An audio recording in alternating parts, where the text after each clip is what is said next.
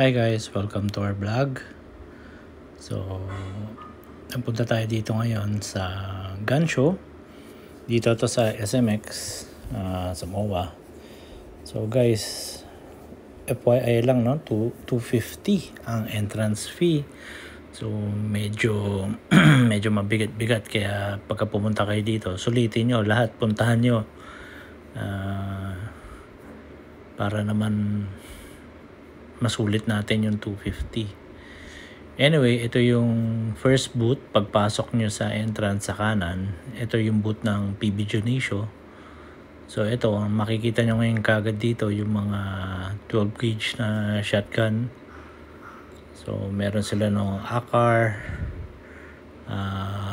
Mossberg, hindi yata sa kanila Mossberg eh. So yan, karamihan ng mga shotgun nila ACAR. Hindi ko alam paano pronounce no. Pero yan, so kung mahilig kayo sa shotgun, yan, pang apocalypse, pang zombie. And then meron siyang mga yan si PB talaga nagke-carry talaga ng mga Remington. So meron siyang Remington na shotgun, meron din siyang Remington na mga 22 LR. Okay, yan, may Beretta rin na shotgun. Ito yung CSA na 22 LR. Meron din sila. Guys, medyo hindi ko na inano yung mga presyo siguro i-post nyo na lang or zoom nyo kung gusto nyo makita talaga. Pero I suggest pasyalan nyo rin para makita nyo on hand. Mas maganda pa rin makita nyo on hand. So eto nga pala, ngayon ko lang nakita to. Dito pala kay PB, nagke-carry din pala sila ng mga non-lethal. Yan, yung mga pepper balls. Meron din sila, kaso medyo hindi budget friendly yung unit. Yan mga yan, nasa 100 plus yan eh. Tapos yung pistol nila, medyo awkward yung itsura. So I suggest, Umarex na lang ang gamitin nyo. Tapos kay PB na lang kayo bumili ng pepper balls. Mamaya nandyan sa video yun, papakita ko. Pero actually ito yan, yan. Yung mga nasa yan, yung mga nakapost na yan. Yan yung mga ano nila, bala. So ito naman yung mga CZ, yung mga Shadow, mga pang competition. Ito yung Evo, Scorpion. Yan, mga 9mm din naman yan.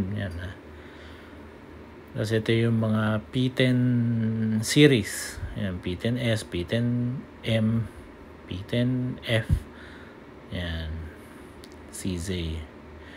Yan, isa si PB sa mga talaga nagke-carry ng CZ. Ang isa pa is si Gun Store, yun sa BGC. Okay. Si PB, eto nga pala no. Actually, kaya rin ako nagpunta dito sa gun show. Tumitingin ako ng pistol na pang-conceal. It's either na .22 or 9mm sana. Hindi ko lang alam kung anong maganda. Ito, yung P07 nila, meron sila. Kaya lang, medyo bulky.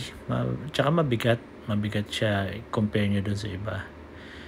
Anyway, dito sa gilid naman, ito yung mga air guns nila na hindi ko naman malapitan dahil may harang, no? So, I suggest puntahan nyo rin siya, para makita nyo. Kadalasan naman ng mga kine-carry nito, Benjamin, yan, yung mga Marauder, yan. Benjamin Marauder. Tapos meron din silang mga Apex. Pero FX nila yung mga luma na, hindi yan yung mga yung mga M-series. Yung mga M-series, mamaya makikita nyo. Meron dito sa show. Okay. Lakad tayo sandali.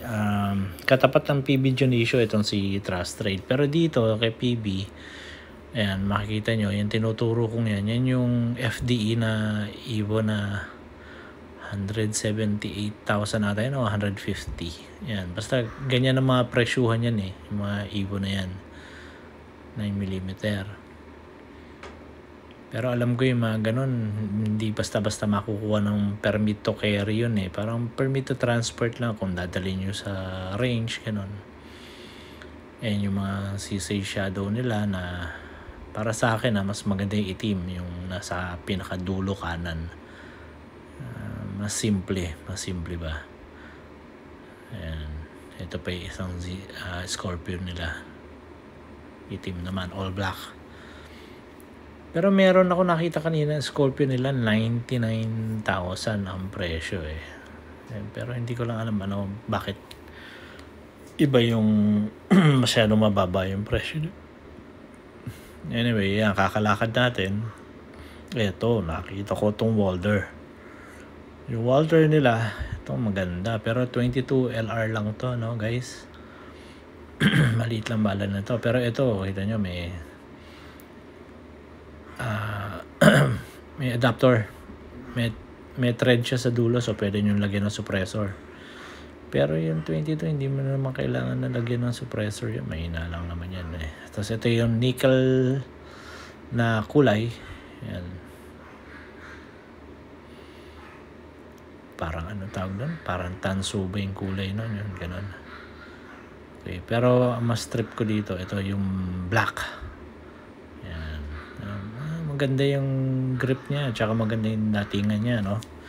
Pero sa review sa internet kasi, sa YouTube, namimili rin kasi ng bala to. Actually, ang mga 22 LR talaga, kadalasan ang problema ng mga niyan, yung mga nagja-jam eh. Kaya hindi nila talaga nire-require na pang-conceal carry yung mga 22 LR. Gawa nga ng minsan, baka mamaya kung kailan mo kailangan, tsaka siya mag-jam. So maganda talaga dyan, pagka bumili ka nyan, palagi mong dadalhin sa range. Tsaka subukan mo lahat ng 22 LR na makikita mong bala. Para malaman mo kung ano yung pwede sa kanya, yung hindi basta-basta magja-jam.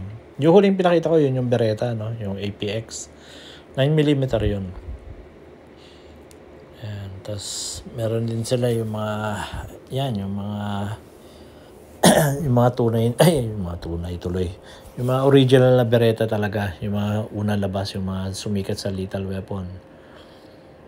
Ayan. Tapos meron din silang 22 na Beretta, yung maliit. Pero mahal din yun. Nasa 79,000 yun. Etong Walder, nasa 43 gun show price yun. Gun show price. Ang original price niya, SRP niya, 51. Sa gun show is 43. Okay, so ikot muna tayo ulit. Yan. Pagpasok nyo sa kanan, PB kaagad yun, no? Tapos eto, yun sa kanan na yun, pagpasok nyo, yung dulo-dulo, ito, yan lahat yung mga airguns nila. Okay, yan lahat yung airguns nila. Siyempre, ang pinakasikat nilang produkto, Crossman. So, nandyan yung mga brake barrel, yung Benjamin Armada, Benjamin Marauder. Nandyan yung mga yan. Meron din sila dyan yung FX. Hindi ko lang matansya kung nakunan ko ba na maayos eh. Okay, saglit lang naman din ako dito. Gawa nga ng napadaan lang talaga ako. Para at least may idea kayo kung nasan yung mga airguns na kung papasyal kayo dito sa gun show. Okay, pero suggest ko yun. Pagpasok nyo, punta nyo kagad kanan. Kay PB na kayo. Ayan, yung mga FX nila, pero yun yung mga luma. So ito, yung mga nagtatanong yung sa multi-pump natin. Ayan, meron sila. 8,000 plus lang. Gun show price ata nila yan. Yung mga yan. Meron din sila nun. Yun, yung kanina, yung 2300. Ano yun? CO2 powered yun. Para din siyang 2240. Kaya lang, mas mahaba barrel niya. Yun lang yung pinagkaiba. Ito, hindi ko masyadong ano to eh. Pero pang competition yun eh. Yun yung ginagamit eh. Kung natatandaan niyo yung Turkish na sumali doon sa Olympics. Yun, ganon yung mga gamit nun. Pero not necessarily yun hindi ganun crossbar. So, ito yung isa pa sa mga option ko. Glock 43 o kaya yung 43X. Pero ang bala nito is 9mm. Okay. So, Sige nga guys, comment nyo kung ano sa tingin nyo yung mas magandang kunin. Glock 43, 43X o yung Walther na 22LR.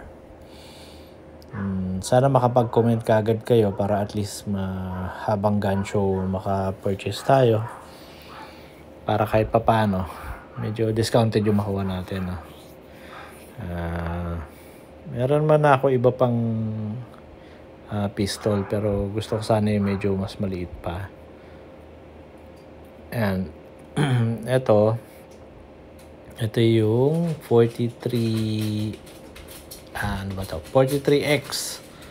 Yan. So ang pinakaiba lang niya sa 43, yung 43 yung unang lumabas. Kaso 6+1 lang ang bala noon. Ito 10+1. So mas mahaba yung grip nito, mas mahaba magazine. Yun lang ang pinakaiba niya. Tapos yung mga serrations niya dun sa slide. Meron siyang mga serrations sa slide. Sa harapan tsaka sa likod. Yung 43 wala yan. Ito yung 43. Mas maliit siya. 6+1. So, actually, ideal talaga pang carry yung 43. Kaya lang, yun nga, yung iba kasi gusto yung mas madaming bala. So, yung 43X. Diba? Pero madami rin kasi yan yung sa YouTube, madami rin nagko-comment yan. Ipang self-defense mo lang naman, hindi ka naman mapupunta sa gera. So, bakit ka naman kukuha nung napakaraming bala? Yun yung nila, no? Ang purpose mo lang naman dyan is para protektahan yung sarili mo and lumayo din. Di ba?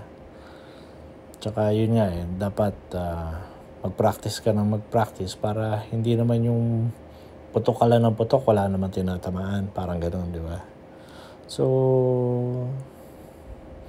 taking that into consideration, mas maganda nga rin, no? Kahit konti lang yung bala mo, pero kung tama naman yung pagtama mo, kahit paano, so yung 7 is parang okay na. Di ba? Kasi hindi ka naman sasabak sa gera di ba? Kung sasabak ka sa gera, medyo kailangan mo mas madami. Bumili ka na ng madami magazine. So, magpa-practice ka na mag-reload. So, ito naman is yung Taurus. Made in Brazil. Ang tinignan ko dito is yung GX4. Maganda rin siya, no? Maganda rin. Tsaka mura lang. Nasa 23,000 to 30,000 max. Yung Glock is 40, yung 43X is nasa 45. Tapos si 43 is parang nasa 40 something lang. Tapos yung 43 nila is may ano pa yun may MOS. So pwede nyo lagyan ng ng optic sight. So ito yung GX4. Maganda rin siya. Taurus. Kaya lang medyo bulky. Medyo bulky siya. Medyo malapad siya. Slim type yung mga Glock kasi yung magazine ni Glock is single. I mean, isang diretso lang siya. Single stack. Itong mga Taurus is double stack So, yung pag nilalagay mo yung bala, saliwaan siya. Yung ganun. So, kaya medyo malapad siya, no? Ito rin yung isa, yung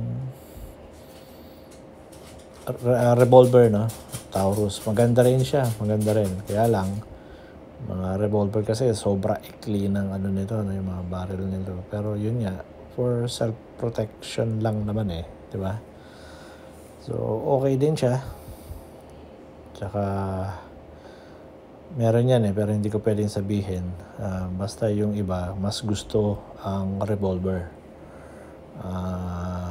Kaya lang, bawal banggitin yun So, yun. Yun lang. Maganda yung mga gawa ni Taurus. Pero parang mas bilib ako sa revolver ni Taurus. Tsaka magaan din siya, no? Magaan. Considering na all steel siya, no? Magaan siya, magaan. Tsaka maganda. Ang ganda ng mga kulay niya. Hindi ko alam kung Cerakote to. Hindi ko lang natanong na. Kasi ang sagwa naman kung di ba? Magagasgasan.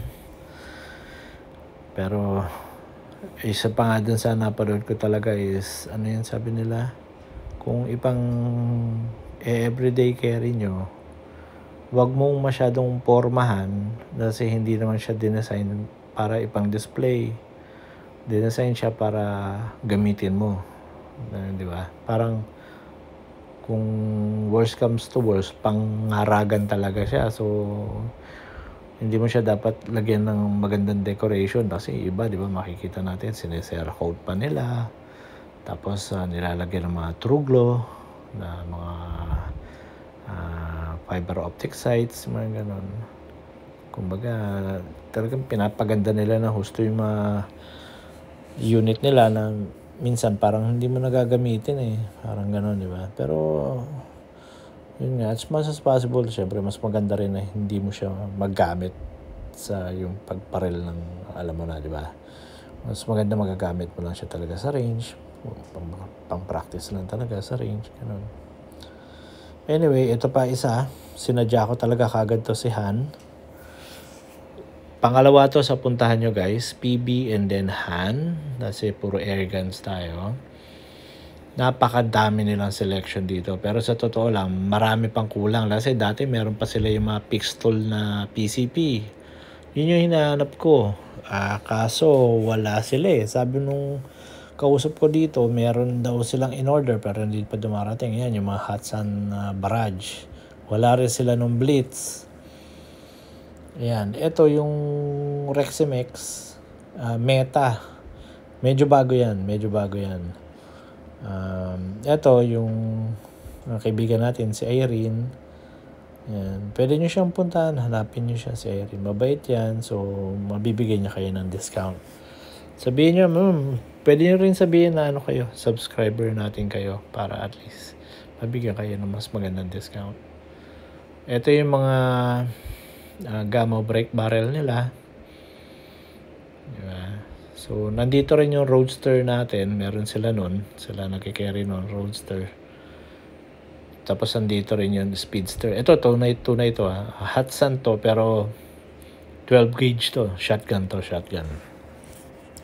Ang maganda dito sa Hatsan kasi, meron sila ng mga demagazine, ng mga shotgun yan. Masarap gamitin yan. Mas maganda yan. Yan, pang home defense yan. Pagka ganyan. Home defense. Diba? Pero itong mga airgun, kung mapapansin nyo, yan yung Reximex na yan. 75,000 yan. Compare nyo dun sa parang 23,000 na shotgun, di ba? Mas mahal pa talaga ang mga airgun compare nyo dun sa mga tunay na barrel. Kaya lang, ang inaanod nila is ang tunay na barrel kasi ammunition, yung mga bala, mahal. Samantala sa airgun, pellets lang. Tsaka yung mga slugs, yun. Medyo mahal na yung slugs. Pero mas mahal pa rin yung tunay na bala, no? Anyway, ito muna tayo. Ito, yan.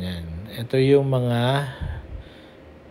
Gamo na 10X, no? Yan yung Gen 1 pa yan. Ito yung Gen 2. Ito yung Speedster. Yan, Speedster. Yung nasa itaas, yung may scope na yan. Ano yan? Gen 1 yan. Ito yung Roadster. Hindi pala Roadster yan. Yung nasa baba niya, yun ang Roadster. 35K? 35,000 sa Roadster. 35 din si Speedster.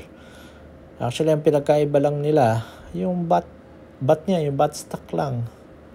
Pareho silang Gen 2 dahil nakadapa yung magazine yan. Yung Gen 1 nakatayo yung magazine nun eh.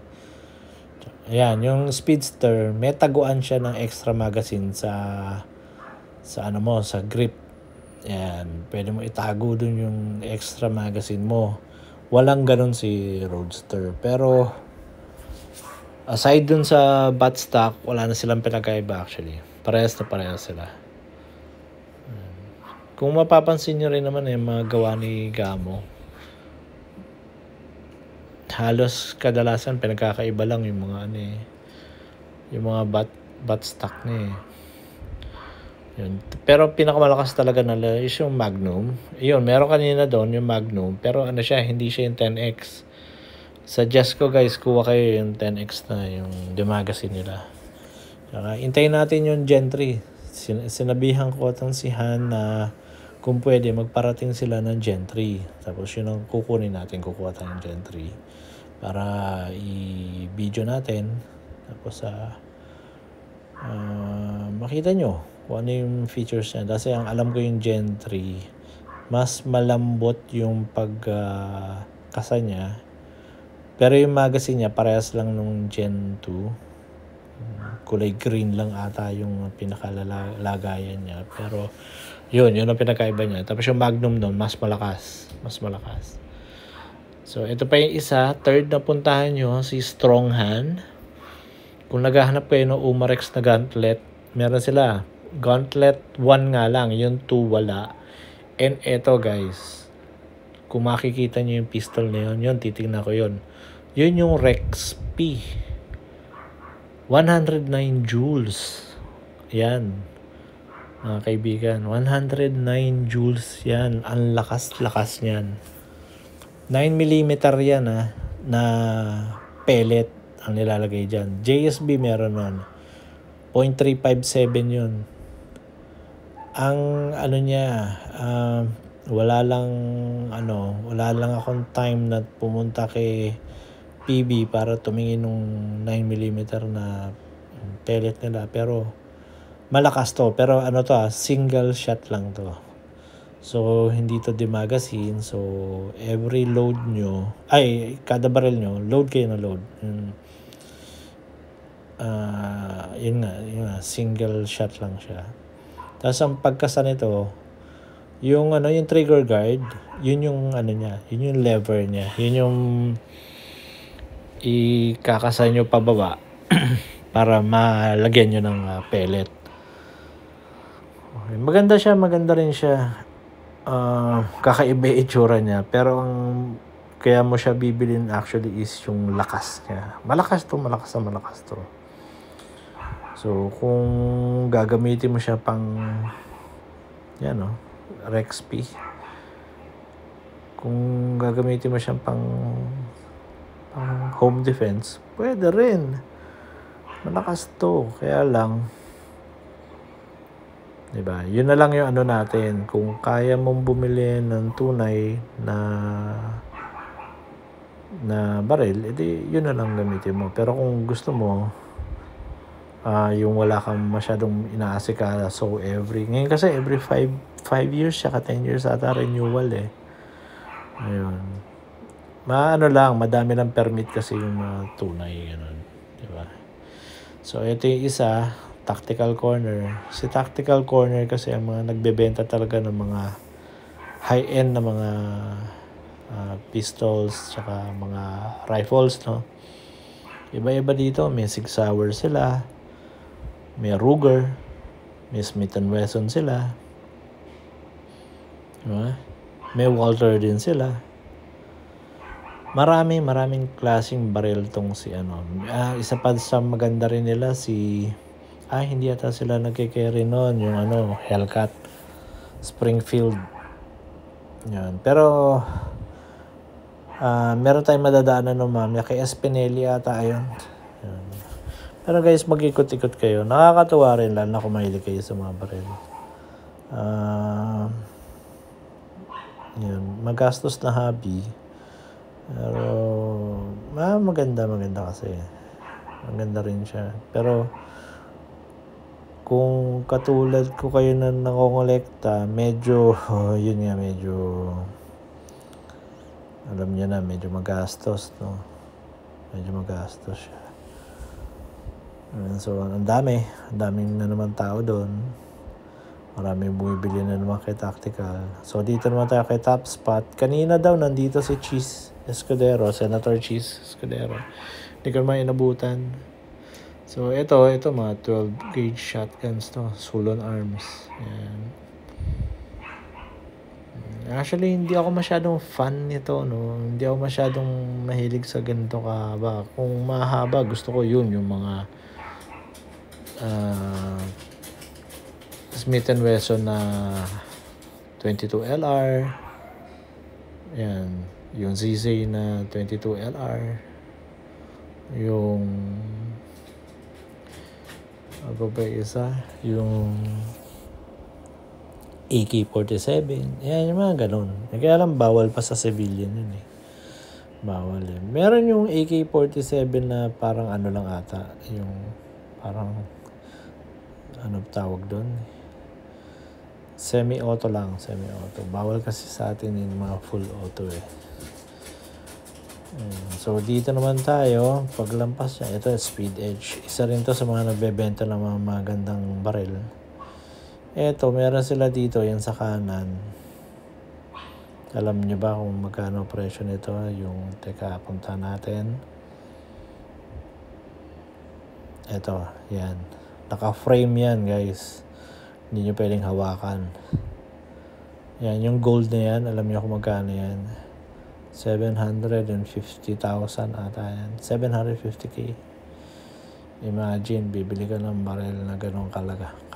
Ang dami mo nang mabibili doon. Pero yung mga walang mapagtapunan ng pera, yan. Nakakabili sila niyan. Diba? Yan yung alien. Alien na pistol. Siguro sa mga succeeding vlogs natin, kung makakahiram tayo niyan doon sa isang kaibigan ko, yun, na-reviewin natin. Maganda yan, pang competition, tsaka collectible, parang ganun. Diba? Kung meron sa inyo nga pala, no, na nagtatanong kung meron bang L-top o yung PNP Caravan, meron, dito po yan sa dulo, malapit sa CR yan. Kita nyo naman, jump pack. Napakaraming tao. Ang haba ng pila. Okay. So, habang umiikot tayo, ito yung Mossberg. Shotgun to. Guys, pero actually sa US, mura lang ang Mossberg eh. Hindi siya ganun kamahal. Tsaka hindi siya ganun masyadong binibili. Pero kung low budget ka lang, ayan, Mossberg ang binibili nila. Pero yun nga, sabi ko sa inyo, hindi ako masyadong familiar sa mga ganyan eh. So ito yung Ruger. Yan, mga 22 yan. Yung meron dito yung isa eh, nakalimutan ko lang yung model niya. Yan, yung hawak kong yan. Yan, ano yan, napuputol yan. Kumbaga, pipihitin nyo. Mapaghihiwalay nyo na yung yung barrel niya from the sa receiver mismo, no? Mapaghihiwalay mo sila. So, pwede mo siyang itago. Maikli lang. Magiging maikli na lang siya. Yan. Ruger. Isa rin yan sa maganda na 22 LR. Pero dito sa Pilipinas, mga sikat si CSA, tsaka si yun nga, yung Ruger na 1022 ba tawag doon? Nakalimutan ko. Ayun. So, dito nga pala, yan nakita nyo yung Smith & Wesson, yung M&P. Maganda rin yan. Kaso, napakamahal. Tapos, ayun din, namimili din. Ang alam ko namimili, pero siguro naman pag imported yung mga bala mo, hindi naman na dapat mamili pa si M&P kasi subok na yan si Smith & Wesson. Anyway, dito naman tayo sa booth ni Lock and Load. Ayan, kung mapapansin nyo, puro mga semi-auto. Ayan. Pasensya na guys, medyo hindi ko gusto ko lang pakita sa inyo ito yung mga Chris Vector yan. Pero hindi ako fan nitong mga to. Gusto ko lang silang tignan, yan, yung mga SIG yan, M&P yan. Gusto ko lang silang tinitignan. Tsaka nung time na nag-airsoft pa ako, yan, mga M&P ang ginagamit ko. Hindi ko na inabutan tong Chris Vector kasi lately na lang to eh. Nung panahon ko yun, mga M&P, Ang mga AK, yun ang mga ginagamit natin. M4, yun ang mga ginagamit natin during airsoft time natin, no? Yan. Pero honestly speaking, hindi ako talaga mga fan nun. Mas trip ko talaga yung mga pistol. Kaya sa airgun talaga, kung meron akong makikita na pistol na PCP na maganda mga forma, yun sana. Kaso wala talaga eh. Meron mga carbine. Ayun, pwede na. Yung Leshy ba yun? Leshy 2. Leshy 2. Yun. Medyo maganda. Ito yung L-top nila. Ito yung opposite side. Kanina nandun tayo sa likod, yun yung pila. Ito yung pinakabungad na. Dito na yung pa-exit ka na actually. Yan. Tapos dito may sila. May center stage. Ito guys. Ito yung isa sa puntahan nyo yung Nashi ba to? Nashi Enterprise. Yan. Dito ang pinakamaraming klase ng airgun. Lahat yan na mga nasa likod na yan. Puro airguns yan. Andito yung BSA. Meron din sila nun Day State. Yung Day State, yun? Computerized na yung yung pag-control ng hammer spring niya. Yung pag-control ng yung regulator niya ba? Yung regulator niya computerized na. May siya, may digital screen sa may bat. Kaso ang presyo nun is almost 350 ata. Gun show price ata nila is 270. Pero SRP nila is parang nasa 300 plus. Yun yung multicolored na nakita nyo yun Day State din yun. Marami sila dito. Meron din sila ng mga Vixen, Vulcan, yung mga, kung familiar kayo kay yung vlogger na si AAR, ayan, siya ang mga nag-review nun. Ito, tinignan ko lang tong M3 na compact. Gustong gusto ko to. Yan, ito, honestly speaking guys, gustong gusto ko to. Kaya lang sobra mahal. 100, ngayon gun show price is 150k, di ba? Pero wala naman tayong ganung kalaking pera na gagastusin mo lang para sa airgun. Marami pa tayong pinaglalaanan. Kaya wag muna, di ba? Wag muna. Medyo control din sa sa gastos. Yan yan yung mga Day State. Yan. Isa rin yan sa mga magagandang airgun. Na ito lang tindahan na to, itong si Nashi Enterprise. Siya lang talaga yung nagke-carry nito. Tsaka yung yung Throne. Yan, meron sila noon. Throne. May Gen 2 sila, tsaka Gen 1. Okay. Pasensya na kayo dun sa pagkuha ko ng video kasi iba tong gamit ko, hindi cellphone gamit ko yun.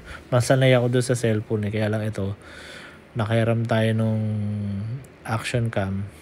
Hindi ko naman pala nakukuha na maayos. Kung makakabalik pa ako ulit, try kong video na maayos para at least for the sake ng mga taong makasamahan natin na hindi makakapunta, at least, di ba, makita lang nila, di ba? Yan kita nyo yung Vixen, yan yung Vixen rin yan 200 plus din yan. Yan ganun kamamahal yung mga yan. Yung BSA din actually, meron tayo ng BSA. Pinagpala tayo nakabili ng BSA. Isa yon sa magandang airgun na gamit natin. Okay. Alam ko, nakita niyo na yun. Meron na akong vlog nun yung parang ewan ko ba yun, kinakargahan ko na hangin kung yun nga ba yun. Pero anyway, basta igagawan din natin ang video yun. Gagawan din natin. Ito, isang sikat din to na 22. Ayoko na i-pronounce nahihirapan ako. Pero maganda to. Pang-competition to. Pang-competition tong 22 na to. Pwede dito yung 22 LR, tsaka alam ko pwede dito yung 22 Magnum, yung mas mahaba na 22 na bala. Ano, kita niyo yung mga Glock na to, naka-Cerakoted. Meron din to mga airsoft yan, yung Glock 70 na Umarex, meron dyan. Pero dito mo siya mapupuntahan dun sa area ng mga accessories, yung mga bag. Yan, dyan mo siya mapupuntahan. Dyan mo siya makikita. Parang siya nga lang ata yung meron ito airsoft.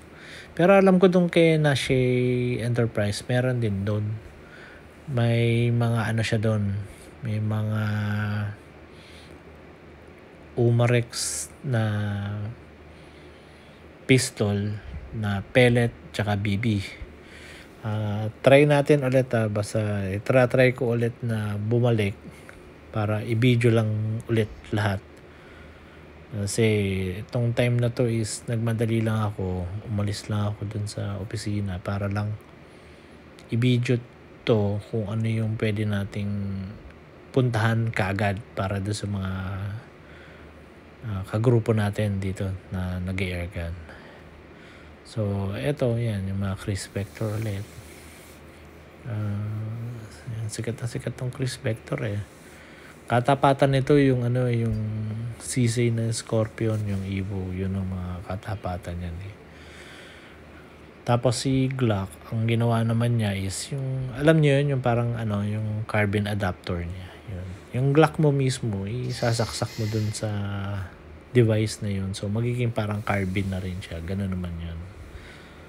So, yan ulit. Binalikan na naman natin tong welder natin.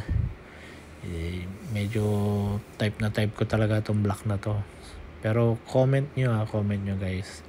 Kung ano mas maganda tong welder o yung Glock 43 o 43X o kung meron pa kayong ibang nasa idea. Pero yun lang yung mga trip ko Yan. Tsaka hindi naglalayo yung mga presyo niya. Basta nasa 40 hanggang 45. Yun yung presyo niya. So, ito siya. Hindi naman tayo sponsored ni Trust Trade, no? Pero kung bibili kayo ng Glock, I suggest kayo Trust Trade na lang din kayo bumili. Talagang mas sikat si Trust Trade sa Glocks Tapos, CC, kay Gun Store, tsaka kay PB Dionisio ay pumunta. Yan. Kay PB talaga malapit loob ko kay PB. Kasi, madaling kausap yan sina PB. Actually, si Gun Store din, madali rin silang kausap sa Gun Store.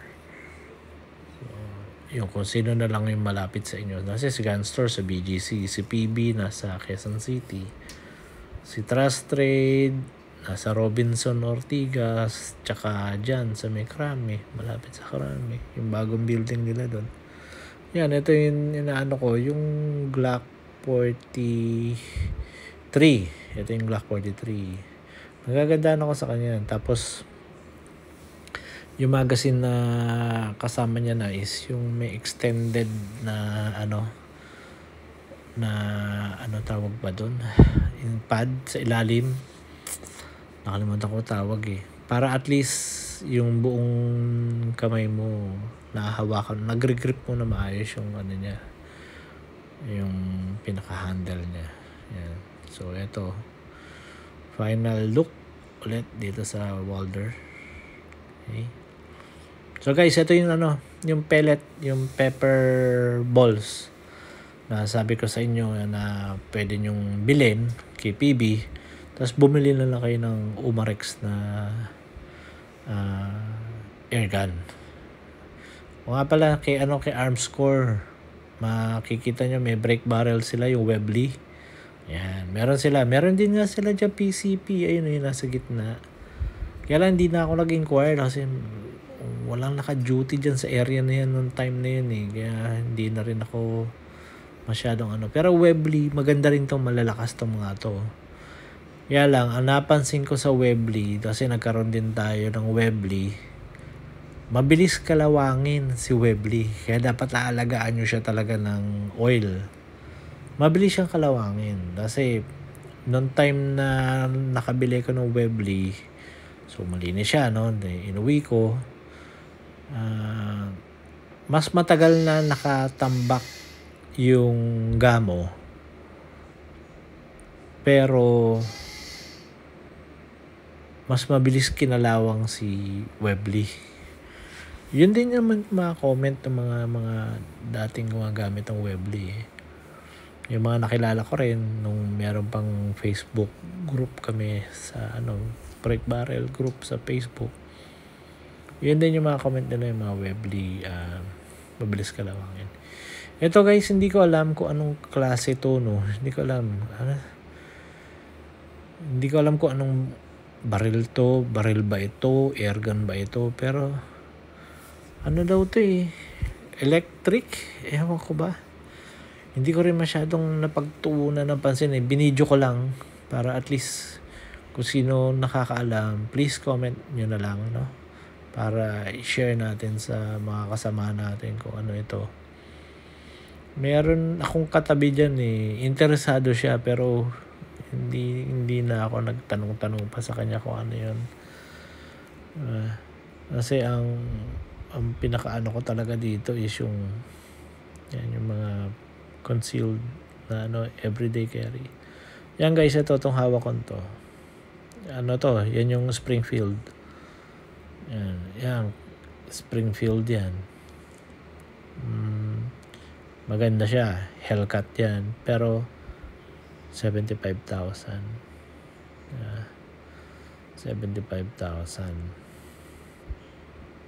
Ganun siya kamahal.